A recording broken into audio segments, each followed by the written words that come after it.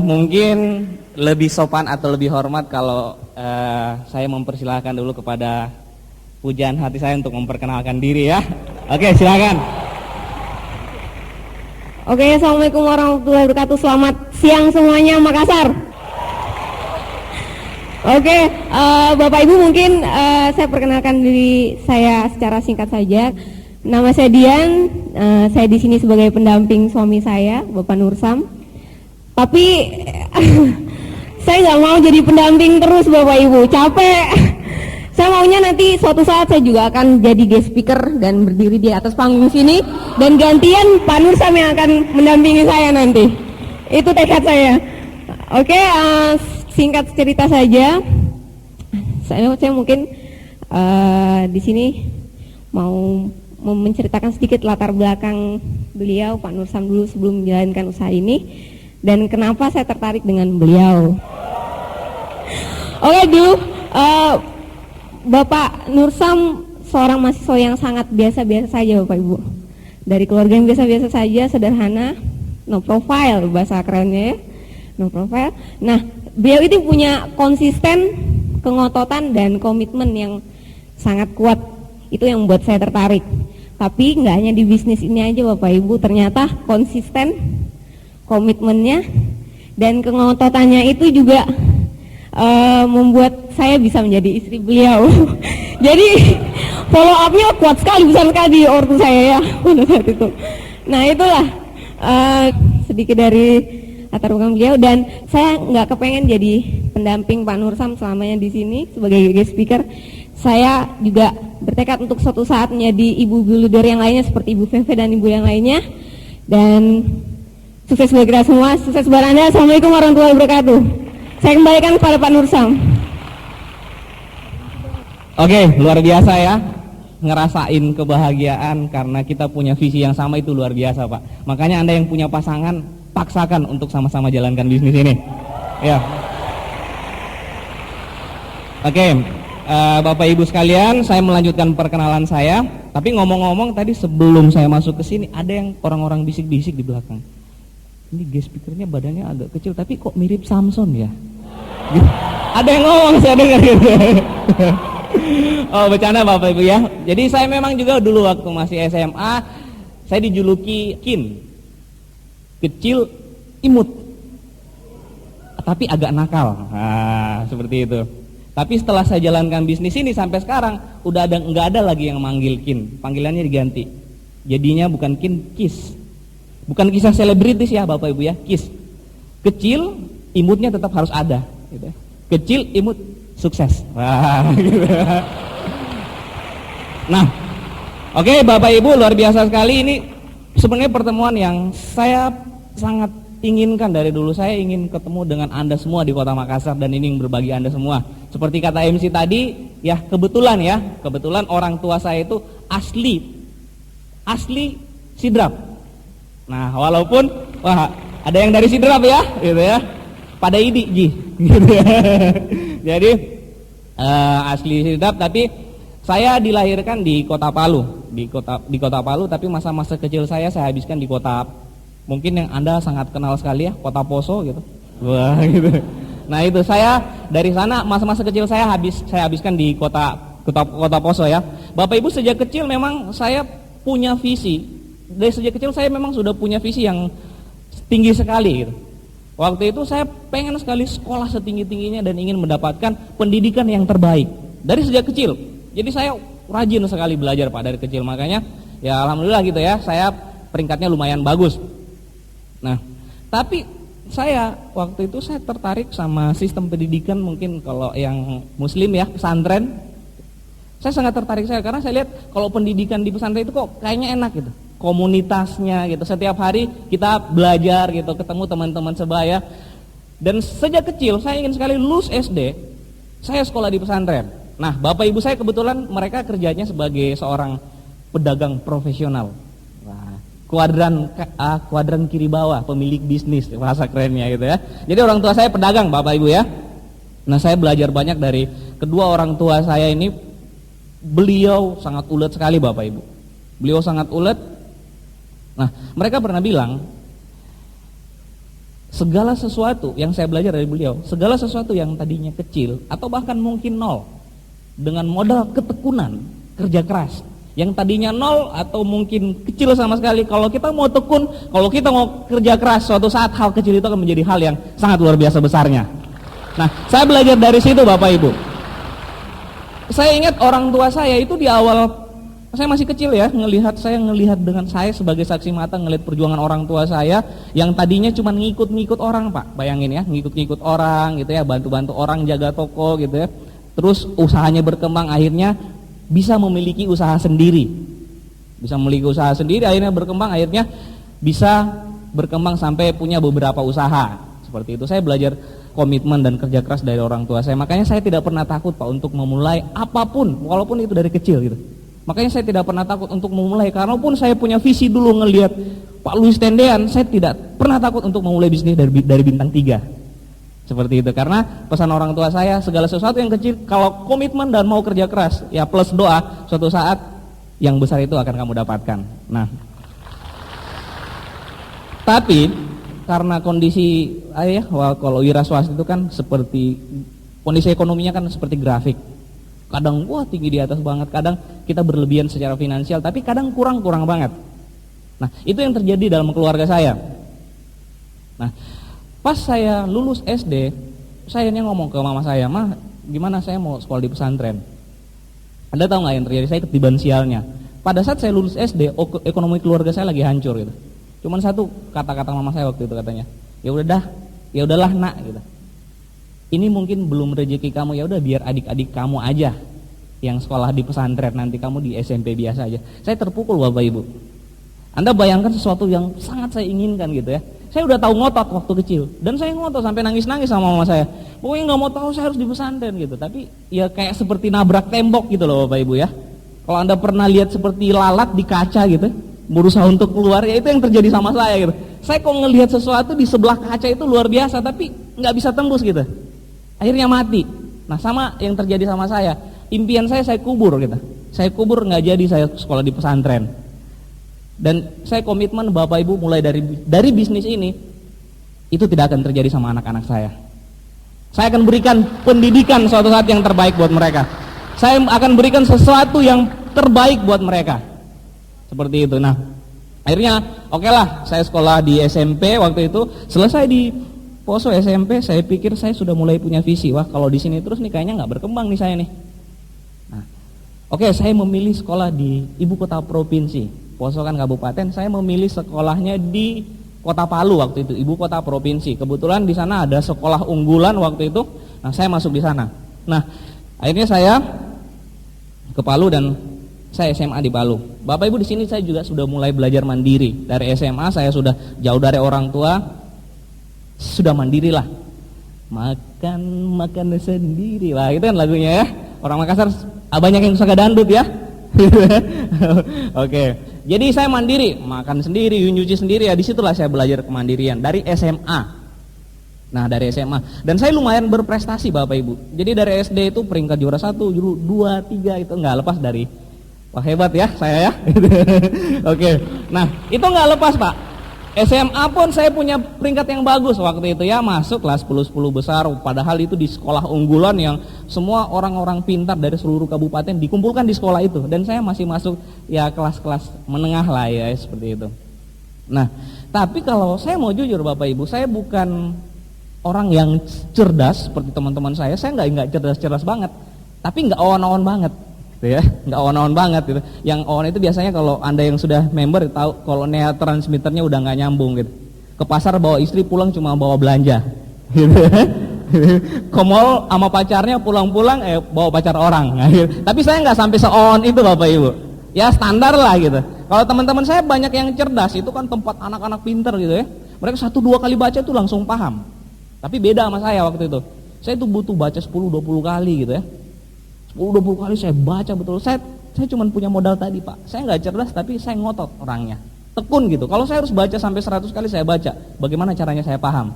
Ya makanya lumayan prestasi saya bagus gitu. Jadi segala sesuatu itu nggak perlu Anda punya bakat, nggak perlu ahli sebenarnya. Gitu. Yang penting punya tekad dan punya kemauan. Saya belajar dari situ. Nah,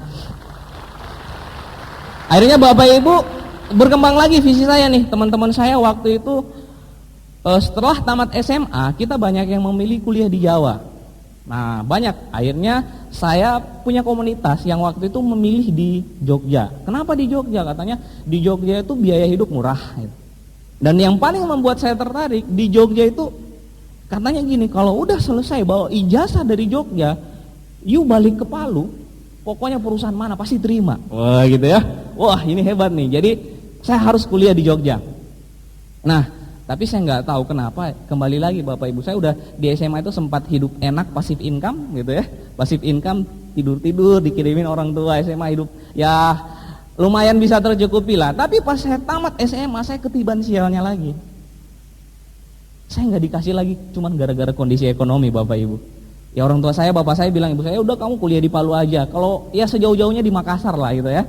Hampir saya suka kuliah di Makassar gitu ya, hampir saya kuliah di sini. Saya dibilang nggak bisa, pokoknya karena betul-betul ekonomi lagi hancur gitu. Saya nggak mau terjadi kedua kali Pak. Kalau kemarin saya nggak jadi pesantren, gimana caranya? Saya harus pasang strategi nih, pasang trik gimana caranya biar saya tetap bisa kuliah di Jogja. Nah kebetulan saya punya teman dekat.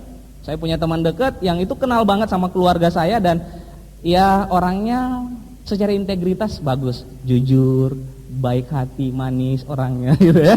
Jadi dekat sama keluarga saya. Saya hubungi teman saya ini, tolong dong kamu ngomong sama orang tua saya bahwa di Jogja bla bla bla, pokoknya edifikasi habis-habisan. Teman saya ketemulah sama bapak saya, dia cerita lah, om di Jogja begini, closing bapak saya. Closing Pak, langsung saya di Jogja kuliahnya itu. Dengan memanfaatkan pihak ketiga, ternyata nggak cuma di Tiansi gitu ya. Akhirnya saya bisa ke Jogja. Tapi ya waktu itu mungkin karena kondisi ekonomi keluarga yang lagi ini, tapi saya siap dengan komitmen waktu itu, saya siap hidup prihatin di Jogja. Saya siap hidup prihatin di Jogja. Oke, konsekuensi itu nggak apa-apa lah, yang penting saya tetap bisa kuliah dan bisa selesai kuliah. Nah, akhirnya saya kuliah di Jogja dengan kondisi yang ya lumayan ya standar lah ya gitu ya. Jadi kiriman 1 bulan cukup untuk 2 minggu, paling banter 3 minggu.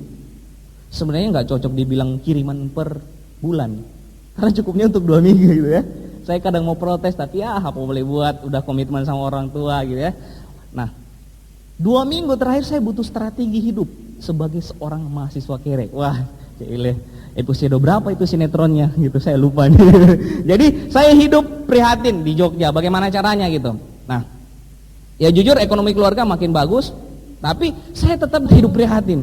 Ini bagaimana kok orang tua saya ini di sana udah mulai hidup enak, saya tetap hidup susah di Jogja. Kalau kata bapak saya, biar kamu mandiri, itu pendidikan katanya. Pendidikan jangan nyiksa kayak gini gitu ya. Itu bayangkan bapak ibu, saya sampai cari caranya gimana, bagaimana caranya bertahan hidup di Jogja itu. Nah di Jogja makanan pada enaknya. Jadi saya akrab sekali sama yang namanya ada Ibu Tumini, Ibu Tuniem, Pak Paryono. Oh itu teman dekat sama saya semua, udah seperti keluarga. Ada penjual bakso, nah gitu ya. Ada yang penjual nasi kuning, ada penjual rokok depan rumah saya gitu. Jadi kalau saya mau beli rokok, misalnya beli makanan Pak, saya nggak langsung beli makan, saya datang gitu. Halo Bu Tum, kabarnya gimana nih? Keluarga sehat-sehat nggak gitu. Jadi wah akrab sekali Pak. Jadi 5 menit pertama dia kok ngerasa saya orangnya ramah sekali gitu ya. Padahal saya Bu tipikal orangnya itu nggak terlalu gimana ya, standar biasa, nggak supel amat. Tapi saya harus supel gitu. Ujung-ujungnya, Bu Tum, ini kiriman belum datang ya? Gitu. Boleh nggak Bu Tum? Gitu. Closing Mbak. Gitu. Nggak bisa dia menolak gitu ya. Ini anak udah baik banget gitu ya. Udah senyum paling manis lagi gitu. Udah senyum paling manis gitu.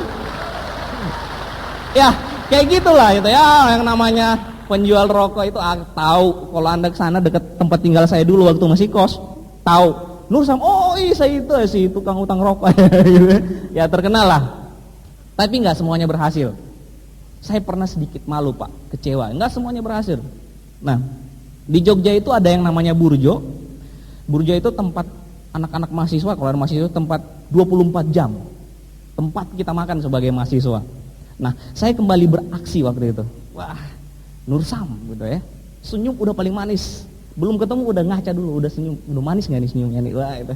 Jadi udah ya belajar ngomong lah. Belum sampai saya udah teriak, halo Mang, kumaha da Mang gitu ya. Jadi kabarnya gimana? Waduh gila ya ini, belanjanya yang laku banget ya hari ini gitu ya, laris banget gitu. Gimana kabar keluarga di Bandung, Mang? Saya ramah kayak gitu, Pak. Dia muka kecut dia langsung gitu. Saya nanyanya kabar keluarga, dia langsung balik nanya ke saya, kapan katanya. Dia dengan muka kecut dia, kapan? Saya ini kok nggak nyambung. Saya nanya kabar keluarga, dia nanya kapan. Kapan gimana, Mang? Utangnya kapan dibayar katanya gitu. Aduh, ternyata nggak semuanya berhasil Bapak Ibu gitu ya, nggak semuanya berjalan mulus, ada gagalnya juga gitu ya, seperti itu. Nah, jadi saya banyak belajar dari hal-hal seperti ini. Nah, di Jogja ini cerita yang saya tidak pernah lupa sebagai seorang mahasiswa gitu ya. Nah, jadi bapak saya pernah pulang, saya dikasih sebuah pegangan, itu jam Rolex yang seperti emas itu ya. Itu jam Rolex dari bapak saya, katanya 3 juta. Kata bapak saya gitu. Nah, ini barang wasiat dari bapak, seileh gitu. Kamu bawa di Jogja buat pegangan, siapa tahu nanti besok-besok kamu kekurangan uang, ya udah kamu bisa jual atau digadaikan lah gitu. Wah, saya semangat nih. Saya pulang ke Jogja. Balik ke Jogja tahun 2000 itu kerusuhan besar terjadi di Poso ya. Kerusuhan besar terjadi di Poso, itu membuat itu momentum Pak buat saya. Nah, jujur saya di Jogja itu fokus sama 2 hal. Saya kuliah fokus sama satu hal yang saya paling fokus dan paling konsisten sama satu hal ini. Saya fokus dan konsisten ngotot main PS. Wah, gitu ya. Ya saya ngotot main. Jadi kalau Anda yang jago main game, nanti setelah ini boleh nantang saya nih. Gitu ya. Jadi saya fokus dan konsisten juga main game waktu itu. Dan kuliah cuma 2 hal. Pacaran saya nggak berani, nggak ada duit mau pacaran waktu itu gitu ya. Jadi masih perhitungan gitu. Nah, pas kerusuhan Pak, ekonomi keluarga saya hancur Pak. Gitu. Yang membuat saya di awal, bahkan pas kerusuhan terjadi, hari pertama itu saya telepon ke keluarga saya. Telepon, saya udah pikirannya macam-macam nih. Gimana nih keluarga nih di Poso udah. Saya telepon itu nggak tembus-tembus Pak. Sampai 1 minggu itu saya nggak tahu kabar mama saya, kabar bapak saya, kabar adik-adik saya, kakak saya nggak tahu. 1 minggu Pak. Saya tanya ke keluarga-keluarga saya yang ada di kota-kota sekitar Poso itu. Saya tanya, keluarga mana mama sekarang di mana gitu. Nggak ada yang bisa jawab. Anda juga nggak tahu gini. 1 minggu bapak ibu saya seperti zombie ya, orang yang kehilangan harapan. Saya udah nggak fokus lagi main PS gitu ya. Saya udah kuliah kuliah mau jadi apa urusan belakangan deh. Yang penting keluarga saya gimana. Itu saya mau pulang Pak, nggak punya dana Pak. Mau pulang saya naik kapal, saya nggak punya dana. Itu saya 1 minggu di kamar itu mengurung diri itu sampai saya nggak mau ketemu orang lain Pak. Tapi ya syukur sekali 1 minggu setelah itu saya dapat telepon dari orang tua saya. Akhirnya saya nggak jadi bunuh diri. Wah, gitu cerita sinetronnya gitu ya. Alhamdulillah di sini orang tua selamat sehat-sehat walaupun tidak cuman pakaian di badan dan beberapa barang berharga di bawah. Jadi kamu ditanya kamu makannya gimana nak di sana gitu kan. Saya bilang mah udah deh pokoknya masalah makan, masalah uang mama nggak usah pikirin. Saya udah denger suara mama aja selamat, adik-adik selamat itu udah luar biasa buat saya gitu. Nggak apa-apa nak, ini mama kebetulan bisa bawa TV kamu gitu. Saya punya TV, ini bisa dijual nanti katanya, bisa dijual untuk kamu pakai makan di sana. Saya bilang nggak usah mah, itu lebih penting buat adik-adik saya gitu. Ya, saya sok berani juga padahal, aduh ini gimana gitu makan pakai apa gitu ya. Saya sok berani aja gitu. Pas selesai itu saya udah cukup bahagia gitu Pak. 3 bulan saya di Jogja itu betul-betul nggak dapat kiriman Pak. Nggak punya aset sama sekali. Untung saya ingat, wah saya punya aset jam tangan Rolex 3 juta. Wah gitu ya. Nah ini oke deh, saya jual setengah deh nggak apa-apa. Rugi pun nggak apa-apa, setengahnya aja, setengahnya 1,5 juta gitu. Wah saya semangat sama teman saya ke loakan jam tangan. Semangat, Pak ini saya punya jam tangan mahal Rolex, harganya 3 juta, setengah harga oke Pak. Dia langsung ngeluarin duit Pak, berapa? 50.000. Kayak mau pingsan saya Pak, seperti mau pingsan gitu. Harapan saya 1,5 juta atau 1 juta dikasih keluar 50.000 gitu. Mas ini palsu mas gitu. Saya bilang gimana, saya yang ditipu bapak saya atau bapak saya yang kena tipu gitu. Saya bingung gitu ya. Ayo saya bilang udah nggak perlu Pak gitu ya. Saya nggak mau jual, saya bawa lagi. Saya pulang sampai saya maki-maki itu ya, udah geram saya ini kurang ngajar, ini udah hidup susah kayak gini, mau dikasih 50.000. 50.000 ini lumayan ya. Saya nggak pegang duit, saya makan aja susah Pak. Saya nggak dikirimin duit sama sekali gitu. Utang udah banyak di mana-mana, nggak perlu ditanya gitu. 50.000, wah lumayan juga ini. Ya udah deh saya balik lagi, wah saya balik lagi. Pas saya sampai di sana Pak, ternyata orangnya nggak mau terima lagi. Iya, sekarang jam tangan itu jadi barang rongsokan, saya nggak tahu di mana sekarang gitu ya. Tapi itu sejarah yang pernah terjadi sama kehidupan saya, pernah mengalami kehidupan seperti itu. Mungkin ada yang mahasiswa kurang lebih sama seperti saya lah ya, seperti itu ya, standar lah mengalami kehidupan seperti itu ya. Nah, akhirnya saya kembali waktu itu, ekonomi keluarga saya mulai membaik, saya fokus dengan kuliah saya. Saya belajar dengan tekun gitu ya. Saya belajar dengan tekun, IP saya lumayan bagus. Nah, suatu saat saya lagi fokus sama skripsi, tapi saat itu juga ternyata saya ngebayangin gini Bapak Ibu, saya lari maraton gitu ya, lari maraton. Pada saat 100 meter mau mencapai garis finish, saya bingung di garis finish saya mau dapat apa. Anda bayangkan gitu ya, Anda lari maraton gitu, 10 meter, tiba-tiba 100 meter mencapai garis finish, nih bingung, saya garis finish dapat apa gitu. Nah itu yang terjadi sama saya Pak. Saya udah berjuang habis-habisan untuk bertahan hidup di Jogja, kuliah dengan tekun gitu ya. Tiba-tiba pada saat saya mau selesai kuliah, saya bingung setelah saya lulus kuliah, saya mau jadi apa Pak? Kebayang nggak gitu? Yang tadinya jadi harapan besar saya di Jogja dapat ijazah bisa kerja, ternyata nggak segampang itu Pak. S1, ya jujur aja, fakta di mana-mana Anda lihat, sarjana S1, bahkan di Jogja aja Pak, itu sekitar hampir kurang lebih 60-80% pengangguran di Jogja itu pengangguran berpendidikan Pak.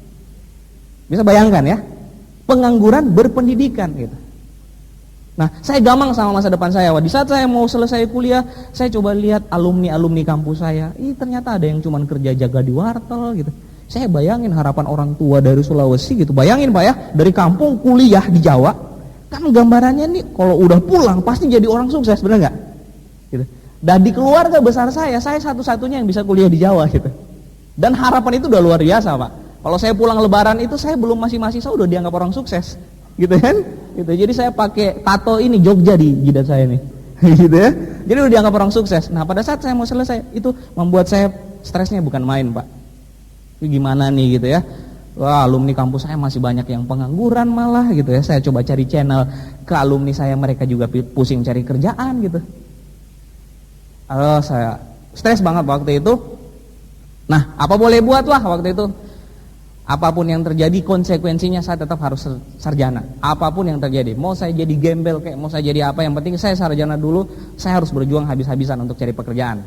Waktu itu saya ngambil keputusan mau di Jakarta gitu, mau gambling lah di Jakarta, nggak malu kalau pulang gitu, pulang nggak bawa apa-apa.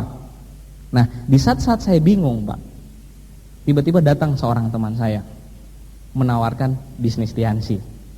Jadi seperti itu. Jadi dia menawarkan seperti pucuk dicinta ulam pun tiba ya, Bapak Ibu ya. Anda bayangkan saya yang lagi sampai waktu itu saya lupa cerita, waktu saya kerusuhan, saya itu udah cari pekerjaan Pak di mana-mana. Tukang sapu pun saya siap waktu itu. Saya cari pekerjaan, saya bilang, saya teman-teman kalau ada kamu punya peluang kerja yang ya apa kayak gitu, cleaning service apa kayak, saya tolong dong gitu. Saya udah susah makan nih gitu. Tolong dong kalau bisa gitu. Itu aja susah Pak cari kerja gitu ya. Susah cari pekerjaan yang seperti itu aja susah gitu ya. Nah, teman saya datang nawarin sebuah peluang usaha gitu. Saya bilang pucuk dicinta ulam pun tiba gitu ya. Wah, saya senang sekali. Nah, pertama kali saya tahu bisnis ini, dia bicara, wah ini ada bisnis bagus, bla bla bla dan sebagainya gitu. Justru saya malah nggak percaya Pak, gitu ya. Nah kebetulan saya juga orangnya agak sedikit gimana ya, suka hitung-hitungan, melankolik ya kalau istilahnya bagi member tahu nih. Jadi saya ini nggak masuk akal ada bisnis modal 2 juta belanja produk 1 tahun ke depan itu penghasilan puluhan juta dapat mobil. Itu kata sponsor saya waktu itu. Mungkin kita beri aplaus sama-sama buat sponsor saya yang sangat luar biasa, Bapak Muhammad Iwan Palu.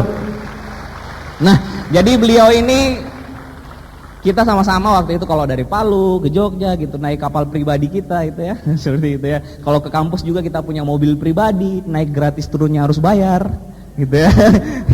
Nah, jadi saya teman seperjuangan memang dari SMA sama Pak Iwan Palu, susahnya bareng-bareng juga gitu ya. Jadi pas masuk Tiansi, dia nggak mau sukses sendiri, dia ngajak saya untuk sukses bareng-bareng gitu ya. Nah, jadi gini Pak, sponsor saya ini, Bapak Iwan ini, saya nggak tahu kenapa Tiba-tiba beberapa saat saya ketemu terus nggak ketemu, tiba-tiba seperti orang aneh Pak. Itu orangnya semangat sekali Pak. Kalau udah jalan gitu naik, kadang pinjam sepeda motor temannya, kadang pakai sepeda, dia punya sepeda gitu ya. Itu semangat Pak. Sepeda itu ngalahin kencengnya sepeda motor gitu. Gitu ya. Semangat sekali Pak sponsor saya ini. Kalau dia udah ngomong, jadi siapapun itu dipresentasi Pak sama dia. Ketemu orang siapapun dia presentasi. Mungkin kalau ketemu kucing pus lagi dia semangat, dia presentasi kucing mungkin gitu. Jadi semangat sekali itu, matanya merah Pak itu. Seperti singa ya gitu ya. Jadi saya juga agak-agak gimana ini? Kenapa? Iwan ini kenapa gitu?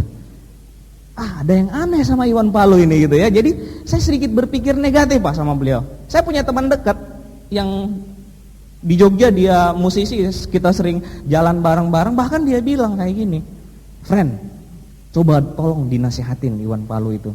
Jadi gini katanya, di Amerika Serikat itu ada sebuah aliran sekte yang menyesatkan. Dan ciri-ciri orang di aliran itu seperti Iwan itu sudah. Jadi saya punya teman yang sama-sama negatif ini Pak itu. Nah, pada saat dia jelaskan usaha ini, saya udah tahu memang, wah dia pasti lagi kesetanan sama Tiansi nih gitu. Nah, tapi bicara peluang saya tertarik. Nah, pada saat dia ngejelasin Tiansi, saya jadi negatif karena tidak masuk akal. Mana ada bisnis seperti itu ya? Bicara BM saya udah mulai senyum gitu kan. Kapal pesiar saya mulai ngakak sedikit gitu kan. Sampai villa saya hampir pingsan gitu kan. Nggak masuk akal, mana ada bisnis kayak gitu modal 2 juta. Yang saya tahu itu bisnis harus modal banyak. Bapak saya kebetulan kan wira swasta ya gitu. Nah, tapi waktu berjalan saya sedikit bisa berubah. Kenapa Pak? Saya ngelihat sedikit ada perubahan sama Pak Iwan Palu waktu itu. Sedikit perubahan. Beliau tidak tiba-tiba langsung kaya Pak, enggak.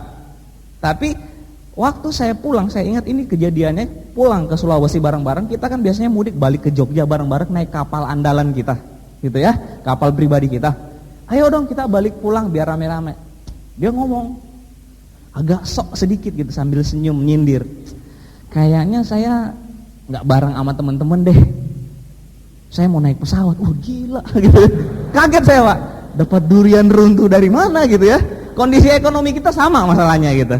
Nggak mungkin naik pesawat. Serius kamu naik pesawat? Iya, itu bisnis saya sudah mulai menghasilkan katanya. Wah, saya bilang wah ini ya, saya mulai berpikir waktu itu. Artinya apa? Bahwa bisnis ini layak untuk saya pelajari. Nah, kedua kali dia datang. Saya lagi serius dengan kuliah saya lagi pengen cepat selesainya, jadi itu sekitar berapa bulan target saya sudah sarjana ya waktu itu, jadi saya fokus banget sama kuliah saya. Nah, saya orangnya juga nggak terlalu suka baca ya, tapi ya 50-50 lah ya, suka nggak terlalu hobi tapi sering baca.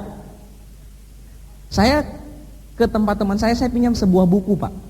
Teman saya ini bukan orang network marketing, bukan orang MLM gitu. Saya lihat bukunya, judulnya Panduan Ayah Kaya dan Ayah Miskin. Judulnya seperti sebuah novel gitu ya Bapak Ibu ya. Saya tertarik baca buku itu. Saya baca buku itu, di situ saya belajar banyak Pak. Saya belajar banyak. Ada sebuah bisnis yang konsep kerjanya itu luar biasa. Bangun aset, katanya di situ kita bukan cari duit, tapi cari sumber duit. Katanya gitu. Jadi saya belajar banyak di situ, paradigma pantas ya bapak saya. Orang tua saya kerja keras, ekonominya turun naik, kadang banyak duitnya, kadang bangkrut gitu kan, kadang nggak stabil lah gitu ya. Akhirnya saya ngelihat sebuah konsep kerja yang masuk di kepala saya waktu itu. Nah, tiba-tiba Pak Iwan Palu datang, semangatnya, wah biasa lah ya, gaya Pak Iwan Palu itu masih belum masuk di rumah, itu udah teriak, Nursam gitu, waduh, habis setan Tiansi datang lagi gitu ya, kayak gitu. Datang dia semangat gitu, 5 menit saja katanya, 5 menit saya jelaskan, ada yang namanya multiplay, ilmu baru, wah gitu ya. Jadi ilmu udah banyak dikeluarin sama saya, dia dapat bawa ilmu baru lagi, 5 menit ada ilmu baru, multiplay katanya gitu. Nah, saya cool aja gitu, biasa lah gitu. Tapi dia tiba-tiba kaget pas ngelihat di sebelah buku pelajaran kampus saya, dia lihat ada sebuah buku judulnya Rich Dad Poor Dad. Wah, langsung meriang mukanya Pak. Kamu baca buku ini ya? Saya bilang, ini orang kenapa gitu ya? Emang buku ini kenapa gitu? Dia bilang, ini buku luar biasa katanya. Saya join di bisnis ini karena saya baca buku ini. perasaan beliau ini nggak suka baca gitu ya. Tapi akhirnya di situ saya ketemu, dia betul-betul menjelaskan ke saya bahwa bisnis ini, buku yang saya baca itu, ya itulah salah satunya bisnis pemasaran jaringan, yaitu Tiansi gitu. Tapi Bapak Ibu, memang dasarnya saya orangnya melankolik gitu ya, sukanya nganalisa, mempertimbangkan gitu ya. Wah, saya udah oke, positif, tapi saya coba cari-cari lagi informasinya. Jadi Bapak Ibu, saya nggak tiba-tiba langsung gabung gitu ya. Saya cari di internet, apa sih bisnis pemasaran jaringan gitu. Saya cari di internet, saya cari buku-buku Pak, yang berhubungan dengan bisnis pemasaran jaringan gitu.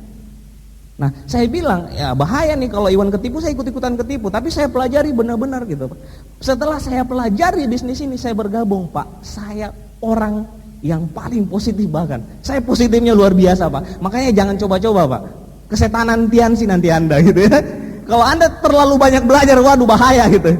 Saya positif sekali Pak. Siapapun akhirnya saya lebih gila dari Pak Iwan. Iya, lebih kesetanan saya dari Pak Iwan Palu gitu. Itu luar biasa.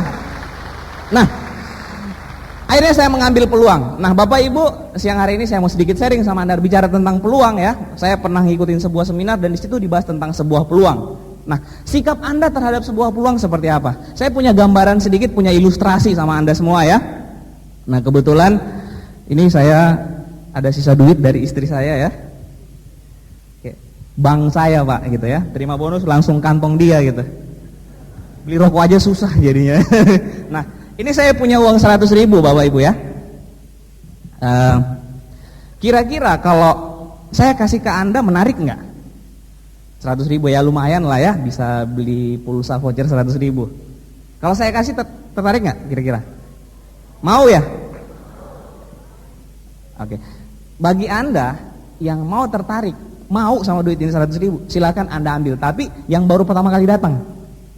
Yang baru pertama kali datang. Oke, silakan Pak. Ya, ini dibawa aja Pak ya. Oke, terima kasih. Nah, itu sebuah ilustrasi Pak ya. Nah, saya nggak kenal, saya lupa tadi Bapak siapa namanya. Taruhlah kita Bapak X, ya gitu ya. Beberapa di antara saya lihat mukanya agak sedikit menyesal. Lumayan voucher 100.000 gitu. Beberapa di antara saya dia sedikit menyesal gitu. Kok bukan saya, lumayan gitu, bisa buka puasa bareng sama 10 orang kan gitu. Nah, saya lihat tadi ada yang udah mau tiba-tiba duduk lagi gitu. Ada tadi saya lihat kayak gitu. Ada juga yang udah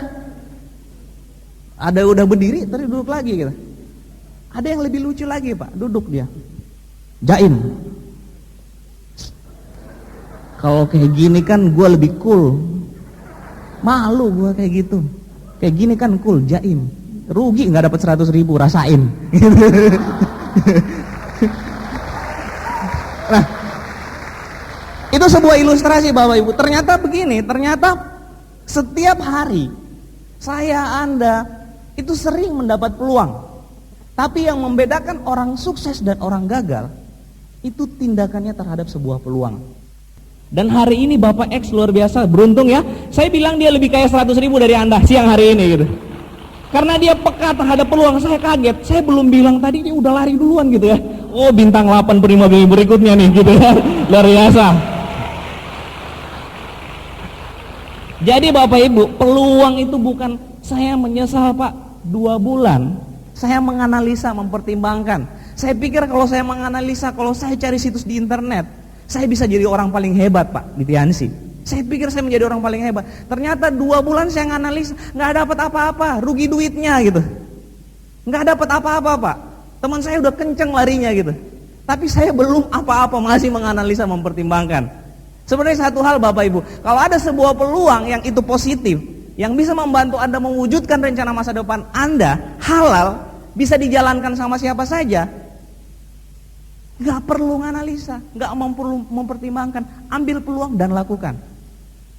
Iya Pak, ambil dan lakukan bisnis itu, karena mempertimbangkan dan menganalisa itu nggak ada apa-apanya gitu.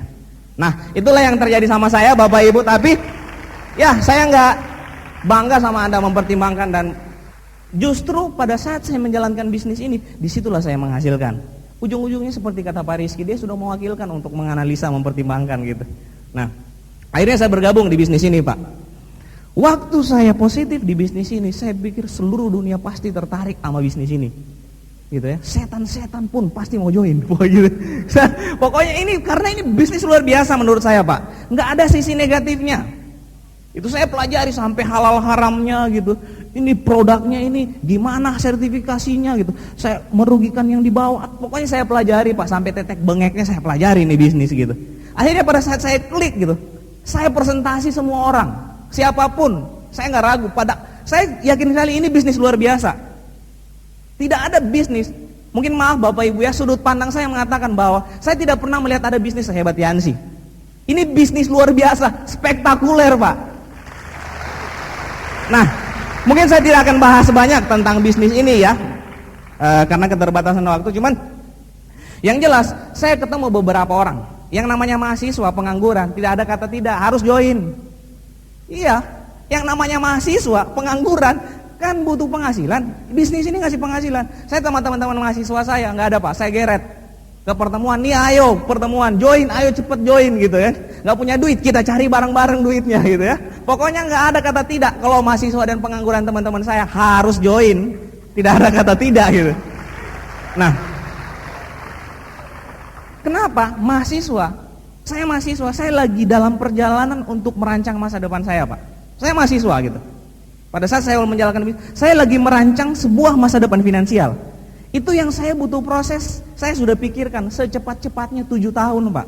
Saya kuliah 4 tahun, 3 tahun mungkin saya pengabdian. Nggak mungkin saya kerja langsung kaya, nggak mungkin, gitu. Saya butuh proses 7 tahun. Itu saya sekarang masih dalam perjalanan. Nih tiba-tiba ada peluang yang 1-2 tahun, bukan merancang lagi, mewujudkan rencana masa depan Anda. Makanya tidak ada kata tidak, harus join. Nah, saya ketemu, Pak, banyak orang.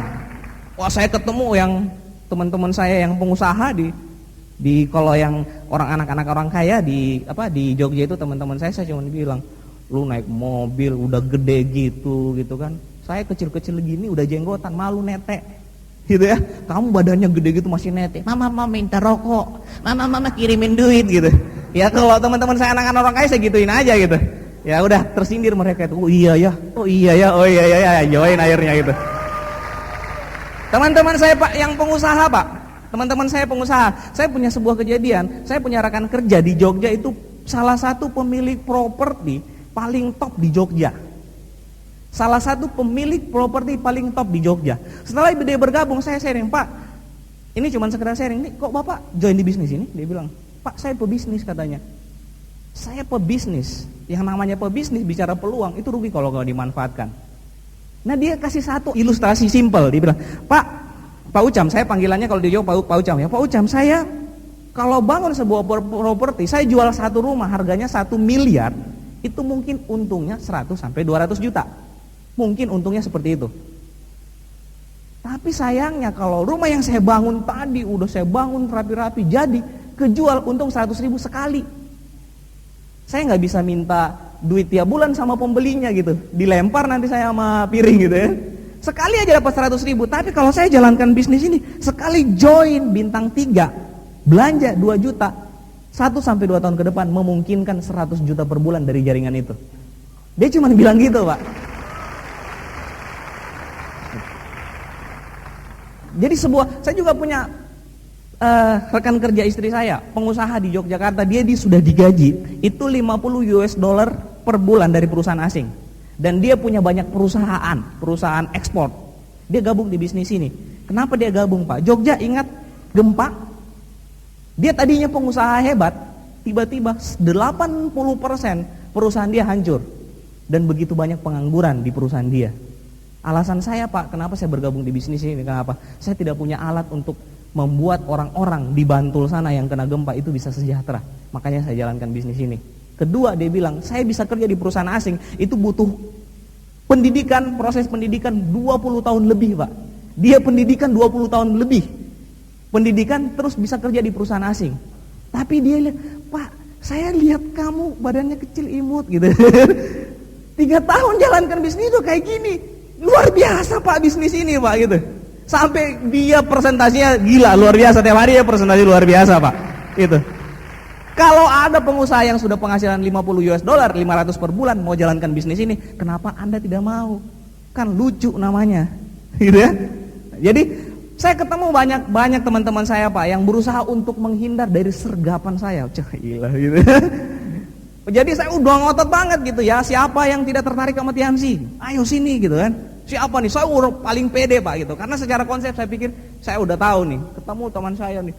Saya udah sibuk sama kerjaan saya gini-gini. Ini saya lagi mau buka satu counter HP. Counter HP saya udah banyak. Saya bilang aja sama dia, taruhlah kita andai-andai gitu ya. Kamu buat perusahaan modalnya berapa? 100-200 juta lah gitu. Taruhlah berandai-andai, tiba-tiba kamu bangkrut, ruginya berapa? Ya 100-200 juta. Risikonya berarti besar gitu kan. Saya bilang nih bisnis gak ada risikonya. Kerja kerasnya sama tapi risikonya gak ada gitu. Ya join juga akhirnya gitu kan. Seperti itu. Saya ada lagi yang lucu Pak. Idealis. Saya idealis sama musik saya katanya. Saya musisi handal Jogja. Saya enggak bisnis kayak udahlah. Gua dong musisi gitu kan, artis katanya. Wah gitu ya. Saya nanya begini pertama, kamu aliran musiknya apa? Saya jazz habis katanya. Wah. Jadi saya ngejazz pokoknya saya idealis banget sama jazz. Terus kalau kamu main di kafe disuruh main dangdut, mau nggak? Ya saya sering main dangdut sih, kalau manajer minta, kalau nggak main gimana, nggak dibayar.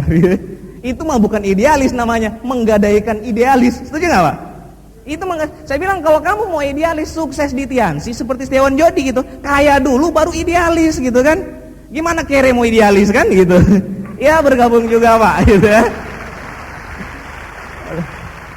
Bisnis materialistik, bicaranya materi melulu gimana Pak? Tiansi bicaranya materi terus gitu kan.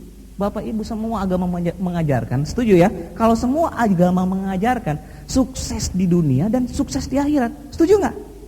Siang hari ini saya bilang kalau mau sukses di dunia, Tiansi salah satu jalannya Bapak Ibu. Gitu.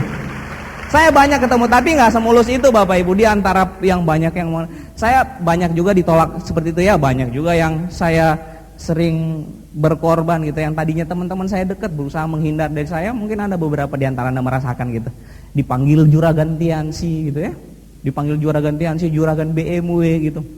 Ada satu kejadian yang saya ingat sampai sekarang Pak. Satu kejadian, jadi saya punya teman-teman di kampus itu pada negatif, padahal di kampus saya itu ada 4 BMW Pak. Di kampus saya, kampus kecil itu, jadi Pak Iwan Palu, saya dan 2 downline itu satu kampus. Tapi luar biasa, orang negatif di sana banyak sekali gitu. Saya heran juga nih, bukti udah banyak gitu ya. Nah, ada satu kejadian yang saya lumayan Pak, di kampus itu lumayan sedikit dihindari, dilecehkan. Saya dendam banget itu. Sampai saya bilang, saya tidak akan wisuda sebelum saya dapat BMW. Sampai saya bilang begitu. Tunggu kamu. Saya tabrak sama BMW ku. Enggak usah ditabrak, senggol aja dikit gitu kan. Nah, tapi tiba-tiba saya bintang 6, saya udah tersiksa dengan kondisi kayak gini. Waduh, nggak nyaman kayaknya gitu ya, dihindari itu. Nah, saya bintang 6, saya berusaha untuk bagaimana caranya performance saya bisa kelihatan sukses. Lumayan waktu bintang 6 penghasilan saya udah lumayan lah, hampir sekitar 5 jutaan lah, gitu, 5 jutaan 3 sampai 5 juta per bulan di bintang 6. Saya beli HP yang gede banget itu, Nokia waktu itu lagi top-topnya 9210i ya. Gitu. Anda bayangkan badan saya kecil terus HP-nya gede banget gitu. Orangnya nggak kelihatan, yang kelihatan cuma HP-nya ya. Justru itu yang saya mau gitu ya. Wah kelihatan HP-nya. Jadi saya ke kampus udah jalan nih. Gitu. Biar HP-nya kelihatan gitu. Saya jalannya gitu. Saya cari teman-teman saya yang negatif. Saya udah jalannya gitu. Saya lihat teman saya ini yang negatif banget gitu. Bintang 6 nih Pak. Negatif banget dulunya. Wah saya udah senyum, tunggu kamu rasain. Sudah jalan deketin gitu. Tiba-tiba dia lewat. Cam gimana? Obatnya laku nggak? Dia nggak ngelihat HP saya gitu. Pak saya dikira penjual obat Pak gitu. Saya bilang ini keterlaluan nih orang gitu ya. Oh yang namanya negatif dasar, udah negatif aja nggak apa-apa gitu ya. Yang namanya negatif udah tetap negatif lah seperti itu. Ya gagal saya Pak. Saya berusaha membuktikan bahwa bisnis ini betul-betul menghasilkan. Tapi sering sekali saya dapat tantangan gitu. Luar biasa ya Bapak Ibu ya. Nah, satu hal yang mungkin Bapak Ibu di bisnis ini Anda mungkin akan terima beberapa penolakan gitu. Tapi di antara penolakan akan ada yang terima. Di antara orang-orang gagal, yang gagal bergabung sama Anda akan ketemu sama orang-orang yang fokus jalankan bisnis ini. Seperti itu. Jadi, ya, satu hal yang saya lihat, Anda mungkin juga satu hal yang saya rasakan, saya banyak ditinggalkan oleh teman-teman saya yang dulu kita sama-sama main game gitu ya. Wah, itu ngotot konsisten main game sampai tangan ini harus pakai plester gitu. Sampai saya kalau main game itu Pak, sampai 1 hari 1 malam gitu, sampai 1 minggu biasanya, itu tidurnya 2 jam main game lagi gitu. Saya punya teman-teman yang seperti ini tuh berusaha menjauhi saya gitu. Nah, teman-teman saya yang seperti itu berusaha menjauhi. Tapi saya ketemu teman-teman baru yang kita sama-sama peduli sama masa depan kita. Nah, saya waktu itu pas saya join di bisnis ini Pak, ya udah deh, yang namanya presentasi saya ngotot habis orangnya kemana-mana. Bahkan saya komitmen nggak mau pulang kalau saya nggak ketemu 3 orang. Itu saya lakukan setiap hari. Wah, saya presentasi tiap hari. Nah, di antara orang-orang yang saya presentasi, saya nggak tahu. Saya waktu itu tiap malam sembahyang tahajud Bapak Ibu. Saya ingin ngutang, masalahnya apa? Ngutang, joinnya ngutang. Kalau nggak bintang 4 bulan ini nih, waduh, bahaya nih gitu. Wah, saya betul-betul kerja keras, saya berdoa mati-matian gitu ya. Ternyata dari orang-orang yang saya presentasi Pak, ternyata memang ada peribahasa bilang rumput gimana ya? Maksudnya gini, ternyata orang-orang yang bergabung itu nggak jauh-jauh dari saya Pak, nggak jauh-jauh. Yang bergabung Pak Abdi Suardin, itu Pak Abdi Suardin itu depan pas kamar saya Pak. Jadi pas Pak Iwan Palu presentasi saya positif, saya bilang sama dia, ini bisnis bagus, katanya haram gini. Wah, saya bilang kalau kayak gini saya hampir negatif Pak. Saya udah jangan-jangan bener-bener nih haram gitu. Tapi saya melakukan hal yang tepat. Saya tahu kalau saya mau sukses di Tiansi, saya harus berguru sama orang Tiansi dan yang tahu Tiansi. Kalau saya ikutin dia kan nggak jalanin Tiansi gitu. Ngapain percaya dia Pak gitu kan? Kecuali dia pernah sukses misalnya di bisnis seperti ini, ya mungkin saya bisa belajar gitu. Nggak pernah tahu bisnis kayak gini terus bilang haram, itu keterlaluan kan? Akhirnya saya ke tempat upline saya bilang, Pak Iwan, ini kakak kelas kita, Pak Abdi katanya haram. Wah, upline saya ini juga kolerik, dua-duanya kolerik. Upline saya kolerik, prospek saya kolerik. Siapa yang bilang katanya? Kurang ajar itu. Siapa yang bilang haram? Oh, saya ajak dia itu ketemu aja, saya duduk manis aja gitu. Oh, mereka debat di situ. Wah, ayo sikat Pak Iwan ayo gitu. Ya, debatlah mereka gitu ya. Tapi walhasil dari semuanya, Pak. Walhasil dari semuanya, akhirnya Pak Abdi bergabung dan sekarang beliau penerima BMW juga di September di Jakarta kemarin. Nah, ini satu lagi yang lucu. Nah, Anda ingat cerita saya tadi di awal yang saya bilang ada teman saya yang bilang sekte-sekte itu? Nah, ini salah satu frontline saya langsung juga yang terima di Jakarta kemarin. Namanya Pak Ferianto Saada. Aplaus buat beliau. Nah, beliau ini lucu. Jadi kita kan pernah di golongan negatif. Golongan yang menganggap Pak Iwan Palu itu masuk aliran sesat. Jadi pada saat saya join, kan saya malu Pak. Saya udah ngebayangin, saya ngomong sama teman saya ini ada bisnis bagus, tiba-tiba langsung, kamu ikut juga gitu. Aduh, saya nggak mau Pak gitu kan. Saya tahu dia negatif. Kalau saya tawarin, saya diketawain juga nanti gitu ya. Wah, saya gengsian. Saya cari strategi gitu. Gimana caranya secara halus bisa menawarkan bisnis ini ke dia. Tapi ya beliau ini bukan prioritas sih sebenarnya. Anaknya, waduh, lumayan preman lah gitu ya. Tatonya banyak sekali di badan gitu ya. Kemana-mana, wah gondrong dan sebagainya. Udah deh, urakan deh. Saya nggak prioritas dia ini. Ya udah kalau join-join, kalau enggak gitu. Tapi saya takut kalau ketemu beliau dan beliau tahu saya Tiansi. Dia bilang kamu juga kena hipnotis akhirnya gitu ya. Saya takut itu. Tapi karena memang saya nggak tahu Tuhan menunjukkan jalan ini ya. Saya lagi belajar marketing plan, saya suka hitung-hitung, tapi bertindaknya juga banyak. Jangan banyak menganalisa, saya lagi hitung-hitung marketing plan, tiba-tiba dia datang. Mau pinjam duit 10.000 gitu kan. Biasa mahasiswa kayak gitu. Dia semangat sekali. Terus dia lihat saya Tiansi, seperti saya bilang. Muka saya langsung merah gitu. Aduh, saya bilang, karena saya udah malu sama beliau ini, justru itu saya harus ngotot buat dia join supaya saya nggak jadi malu Pak. Gitu ya. Jadi karena dia negatif, saya ngotot. Wah, saya follow up terus gitu. Saya follow up. Dia kan musisi. Yang saya bilang tadi itu ya idealis. Wah, dia itu ya idealis banget. Tapi nggak idealis sama musiknya gitu ya. Saya bilang aja, kamu kalah sama Setiawan Jodi gimana? Setiawan Jodi disuruh dangdut nggak mau gitu. Akhirnya dia bergabung Pak. Sekarang bintang 8 juga. Luar biasa ya. Aplaus buat Pak Ferry. Nah, Saya, Bapak Ibu, saya cuma bilang kerja keras ya, tapi tentunya satu hal yang mungkin kita sebagai umat beragama mungkin tahu, doa juga segalanya Pak. Saya nggak tahu kenapa orang-orang banyak yang saya ngototin, saya follow up nggak bergabung, tapi orang-orang di sekeliling saya itu banyak yang bergabung. Yang saya tidak kira Pak Ferry itu nggak ada muka sukses Pak, nggak ada tampang-tampang. Gimana ya, saya membayangkan dulu aja itu susah. Untung nggak ada fotonya. Kalau Anda lihat foto kita waktu bintang 3 semua Pak, Anda mungkin ketawa lihat semuanya gondrong gitu. Gondrong semuanya Pak. Jadi Pak Ferry ini dia tuh sukanya pakai celana pendek. Akhirnya grupnya pakai celana pendek semua ke Stokis. Gitu ya, terduplikasi Pak. Gitu ya. Ini salah, sistemnya salah ini. Ini sistemnya salah. Nah, akhirnya saya jalankan bisnis ini terus seperti itu ya Bapak Ibu. Jujur Bapak Ibu, mungkin ukuran saya bilang latar belakang saya keluarga biasa-biasa saja, mahasiswa biasa-biasa saja, mungkin cenderung kekurangan. Stop mahasiswa ketemu Tiansi 3 tahun berubah. Makanya saya ngelihat bisnis ini bisnis gila. Saya sering shock Pak. Saya sering shock gitu. Mungkin BMW atau mobil menurut Anda biasa Pak, mungkin biasa. Tapi satu hal, mungkin BMW itu cuma sebenarnya batu loncatan Pak. Loncatan kecil untuk mendapatkan kesuksesan sebenarnya di Tiansi gitu. BMW itu masih gimana ya? Ya belum ada apa-apanya deh. Tapi Bapak Ibu, saya sering shock. Saya tadinya ke kampus jalan kaki sering punya. Saya jalankan bisnis ini 3 tahun, saya bisa bangga Pak. Saya bisa beli sepeda motor. Bapak Ibu, saya follow up orang tua saya sekitar 5 tahun, 4 tahun untuk beli sepeda motor. Pak, ini butuh kendaraan di Jogja, kamu harus dapat IP bagus dulu. Saya kerja keras, IP bagus gitu. Pak, ini IP saya udah bagus. Nanti tahun depan lagi, kamu belajar aja, yang penting IP kamu bagus. Saya belajar lagi, IP lagi bagus. Bapak saya bilang lagi, belum tahun ini, tahun depan. Akhirnya 4 tahun Pak. Sampai saya udah mau selesai nggak dibeli-beliin motor gitu. Ternyata Tiansi yang beliin, luar biasa gitu ya.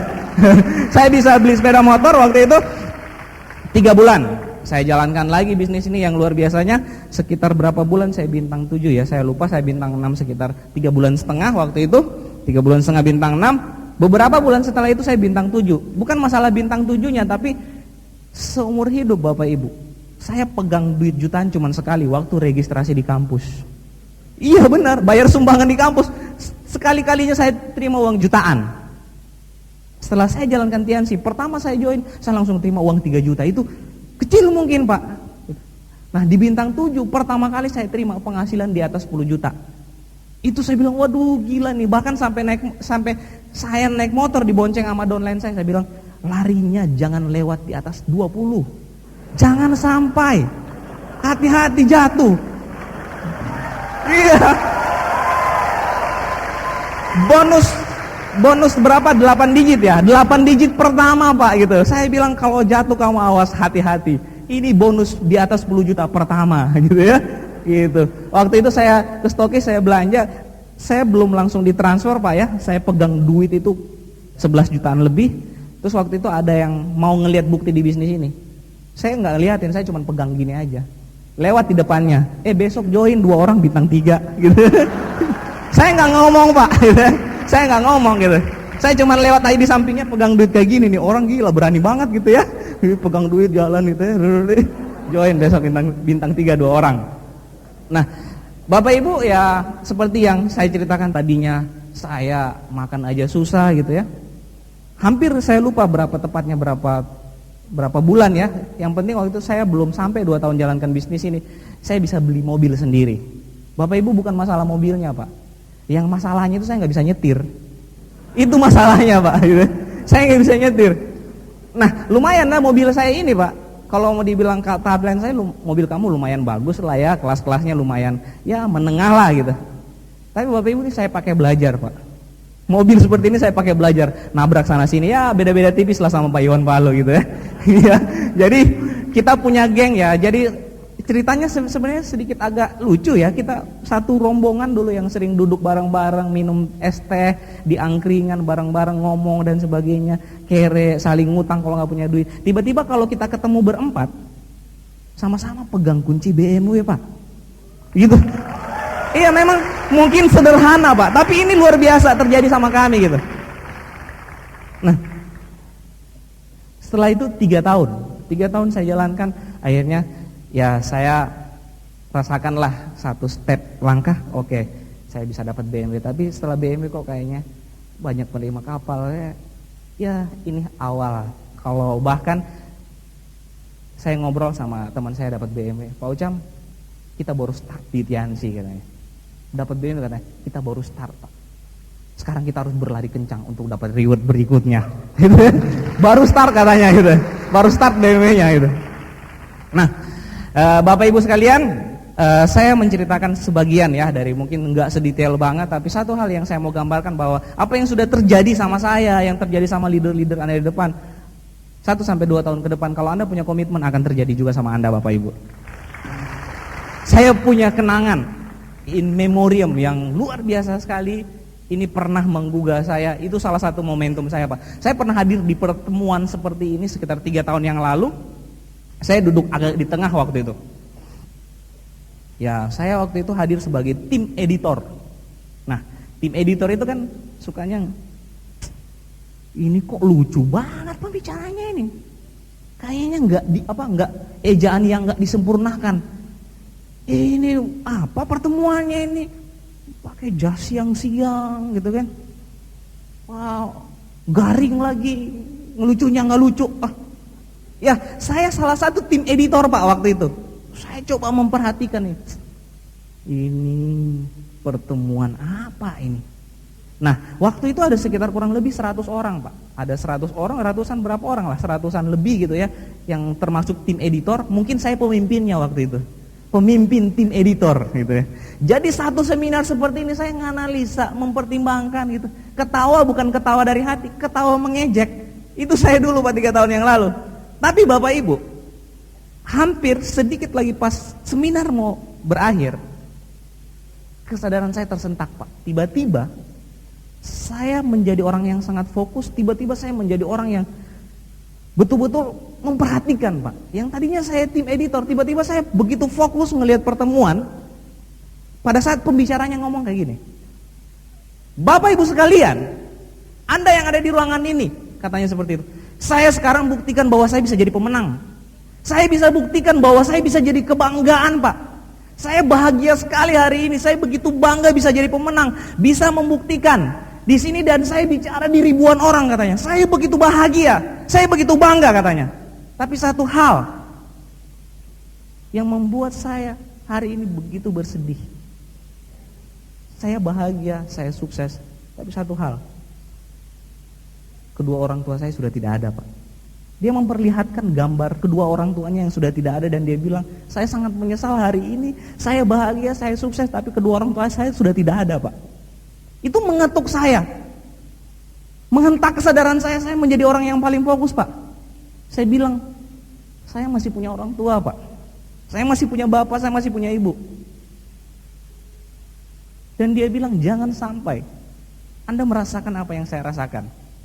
Saya merasakan kesuksesan. Saya ingin sekali mendengar kata-kata keluar dari mama saya bangga sama kamu nak bisa jadi orang sukses. Dan saya tidak bisa mendengar itu Pak. Saya menjadi orang yang sangat fokus, yang tadinya saya cuma menganalisa, mempertimbangkan Pak. Saya juga manusia Pak.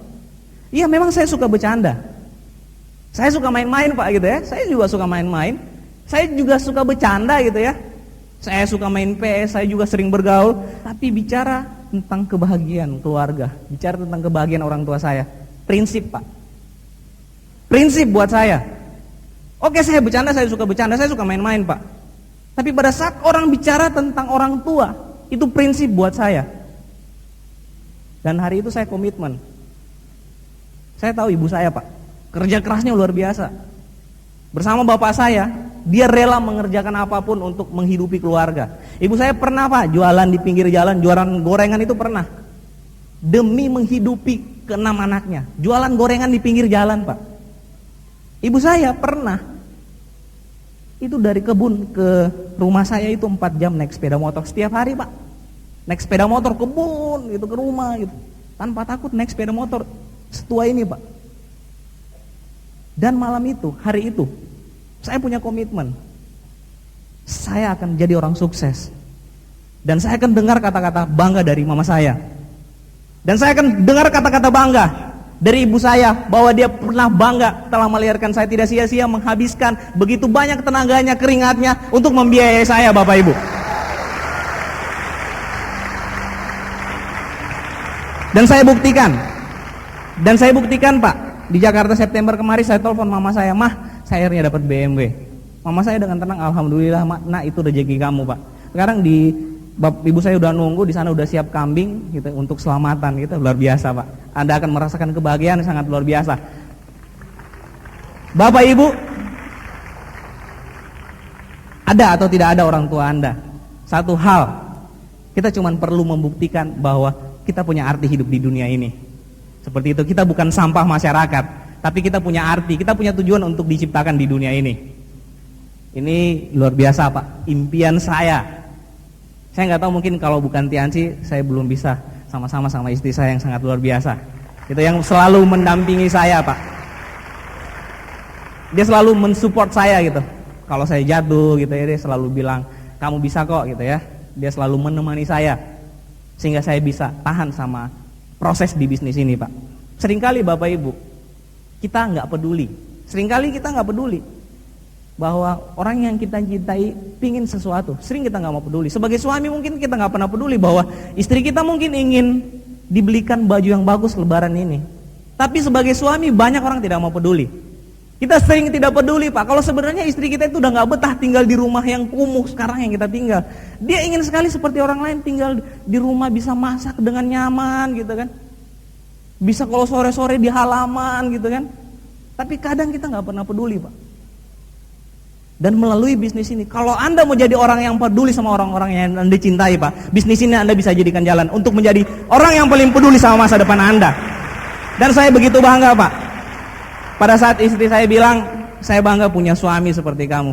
Nggak sia-sia saya memilih kamu. Itu luar biasa, Pak. Ngerasa jadi laki-laki gitu loh, gitu ya. Kecil-kecil gini, Pak, waduh, naluri laki-lakinya luar biasa gitu ya. Bapak Ibu seperti begitu bangga pada saat dia bilang, "Saya tidak sia-sia menentukan pilihan ke kamu." Itu luar biasa sekali. Nah, Bapak Ibu sekalian, kalau suatu saat gitu ya, suatu saat Anda merasakan apa yang saya rasakan, Pak, hari ini Anda akan ingat bahwa Anda pernah jadi penonton, pernah menonton saya di sini, dan besok Anda akan cerita. Cerita ini adalah cerita Anda 1-2 tahun ke depan. Nah, Bapak Ibu sekalian, di akhir sesi ini mungkin saya akan menunjukkan sebuah film yang inspiratif sekali. Sebuah film inspiratif sekali, bisa merubah banyak orang, Pak. Nah, mungkin saya berdoa mudah-mudahan siang hari ini bisa menjadi inspirasi buat kita semua. Silakan, Pak. Bapak Ibu sekalian, sebuah kemerdekaan banyak orang rela dengan nyawanya, Bapak Ibu. Sebuah kemerdekaan banyak orang rela mengorbankan nyawanya. Bapak Ibu, sadarkah Anda? Kita sudah merdeka dari penjajahan. Tapi saya tahu banyak di antara kita yang belum merdeka secara waktu, belum merdeka secara finansial, Bapak Ibu. Sebentar lagi Lebaran, saya tahu itu pemikiran berat buat Anda. Anda mau memberikan yang terbaik atau tidak? Lebaran terdekat. Artinya Bapak Ibu, Anda masih terjajah. Artinya kita semua masih terjajah, Bapak Ibu. Bapak Ibu, Anda, saya tahu kemenangan adalah hal yang sangat luar biasa, tapi sayang, kemenangan adalah pilihan, Bapak Ibu. Anda memilih jadi pemenang atau Anda memilih jadi pecundang, itu pilihan. Tapi saya tahu, Anda di Makassar, Anda punya pilihan untuk jadi pemenang. Saya akan bantu Anda, Bapak Ibu. Bagi Anda yang memilih untuk menjadi pemenang, bukan menjadi pecundang, genggamkan tangan Anda, Bapak Ibu. Genggamkan tangan Anda sekuat-kuatnya, Bapak Ibu. Karena kemenangan itu butuh perjuangan. Karena kemenangan butuh pengorbanan, Bapak Ibu. Karena saya tahu betul, kemenangan butuh pengorbanan, kerja keras. Angkat tangan Anda, Bapak Ibu. Angkat tangan Anda dan katakan, Anda adalah pemenangnya, Bapak Ibu. Kita adalah pemenangnya. Saya, Anda semua adalah pemenang dalam keluarga ini. Sukses untuk Anda semua. Assalamualaikum warahmatullahi wabarakatuh.